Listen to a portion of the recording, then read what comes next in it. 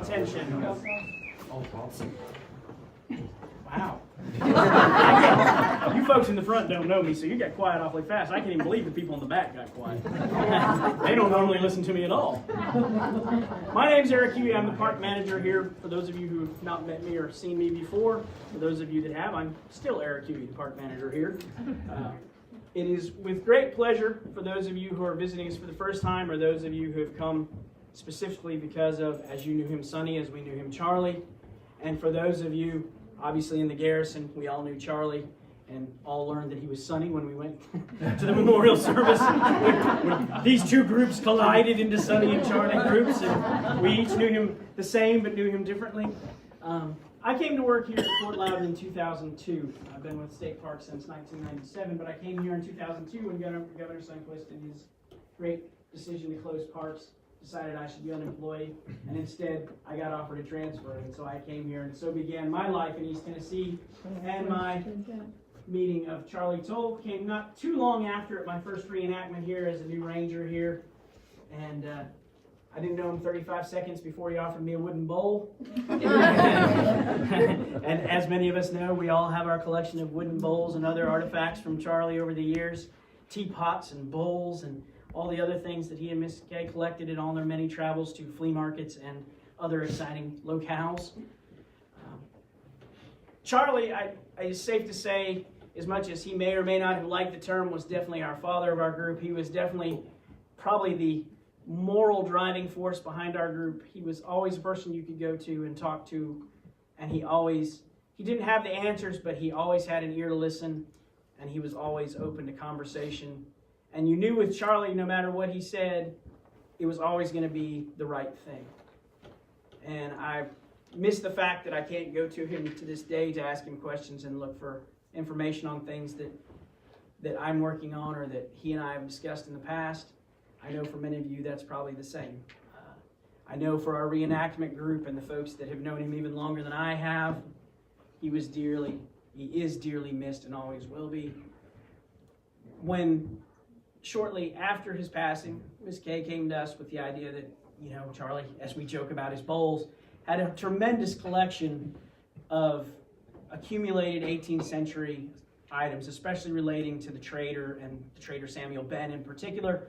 But 18th century trade is related to this fort in particular and the South Carolina frontier. And she offered that, would we like any of it? And of course, first I had to put my mouth back in, and then we could think of nothing better. And right off the bat, the staff and I got together and talked about it, and we have been looking to do some exhibit changing in here. And for those of you who haven't been in here before, this place is completely different building-wise as far as the exhibits had been just 5-6 years ago, and we continue to change. And we'd always wanted to do a trade exhibit, and a trade program we did here as park staff was a direct reflection of Charlie's years of knowledge and all of the skills and teachings he brought to us, and the kit itself that we used to teach those programs was directly from him. He had given us a huge box, literally a box of wealth of trade goods to use for those programs. And so we already had those to work with, and we thought, we already have the program in place. We already know we have what we have for the program. The best thing we could come up with in our minds to both share what Charlie meant to us and to share all the knowledge as best we could in a very simple way was to put together the exhibit you see behind you. And it's not in its completed form. There will be interpretive panels added to it and some other stuff. But as a whole, visually, that's what that exhibit will look like. And it's on the 18th century British trader to the Cherokee Overhill. In particular, Samuel Ben, because that's the trader that Charlie portrayed the whole time he was here. And I wish I'd remembered the quote better.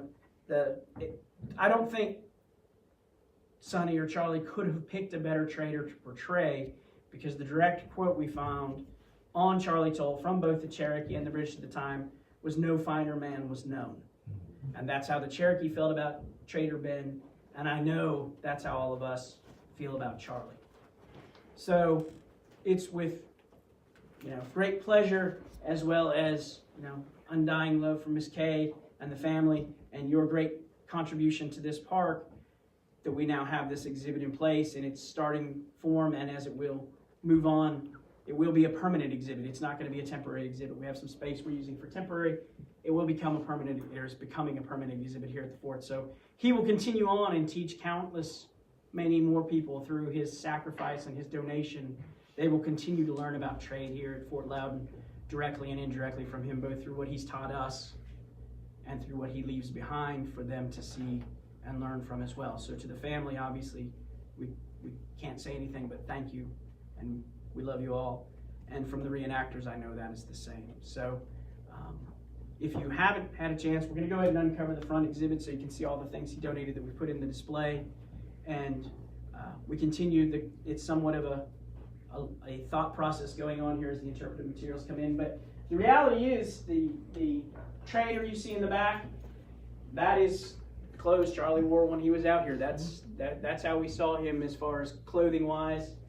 And then most of the things, all of the things with the exception of the saddle in that exhibit came from Charlie to put in that exhibit. So it was a great donation. It will be loved and seen by many. And it's one more way Charlie continues to tell the story of Fort Loudoun that's so important for all of us.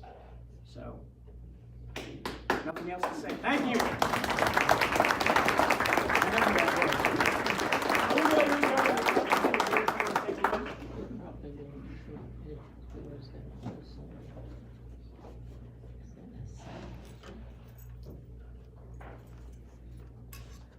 Miss Kay, did you want to say anything?